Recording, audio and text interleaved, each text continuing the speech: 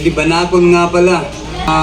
Upon checking earlier, yung video namin, first video nga pala, meron na kaming 700 views and around 200 plus subscribers yata.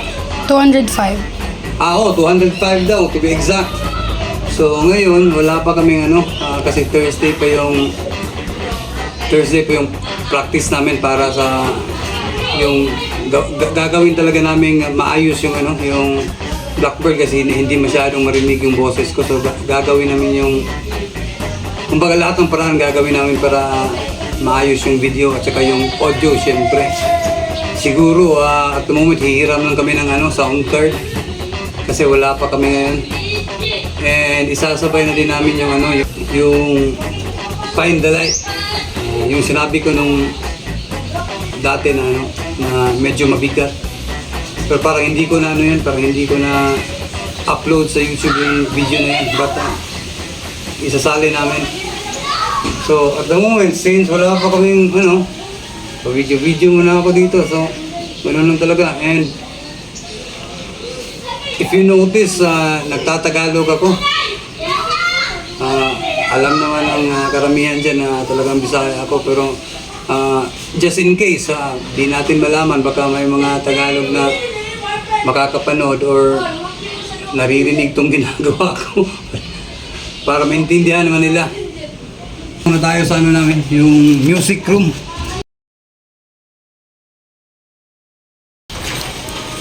Come in! Uy! Nandito pala yung bike ng drummer namin. Kasi yun, bike enthusiast din yun. And dito kami nagre-record. Siyempre, at the moment, masyado pang informal. So, excuse us kung ganun yung mga video namin. And ito nga pala yung mga instruments na ginagamit namin. First, ito.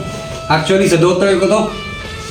Binili ko to para sa daughter ko pero paminsan-minsan niya lang ginagamit. So ginagamit din namin. At yung gitarista talaga namin, meron naman siyang Jackson. Ito yung Ibanez na EX series. Ganda ng tunog. Masyadong power. At ito akin talaga to. Kasi dati sa grupo namin ako yung nagbe-bass. Ngayon, since ako yung gumagawa ng kanta, wala din naman kayo may mahanap na iba, so to speak. So, to? Yamaha TRBX. Ganda din ng tunog. Masyadong crisp. Pasensya na kayo sa Tagalog ko Hindi talaga ako magaling mag-Tagalog. Itong drum set naman, Pearl. Yung drummer talaga namin yung mayari nito. Almost 110,000 yata yung bili niya nito. Basta mahal. Mahal.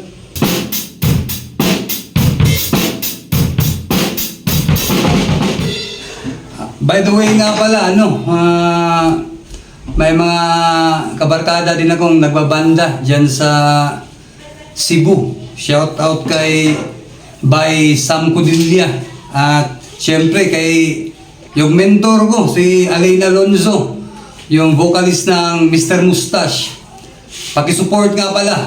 Masyadong magaling yung yung banda na yun. Mabigat talaga yung tutugan nila.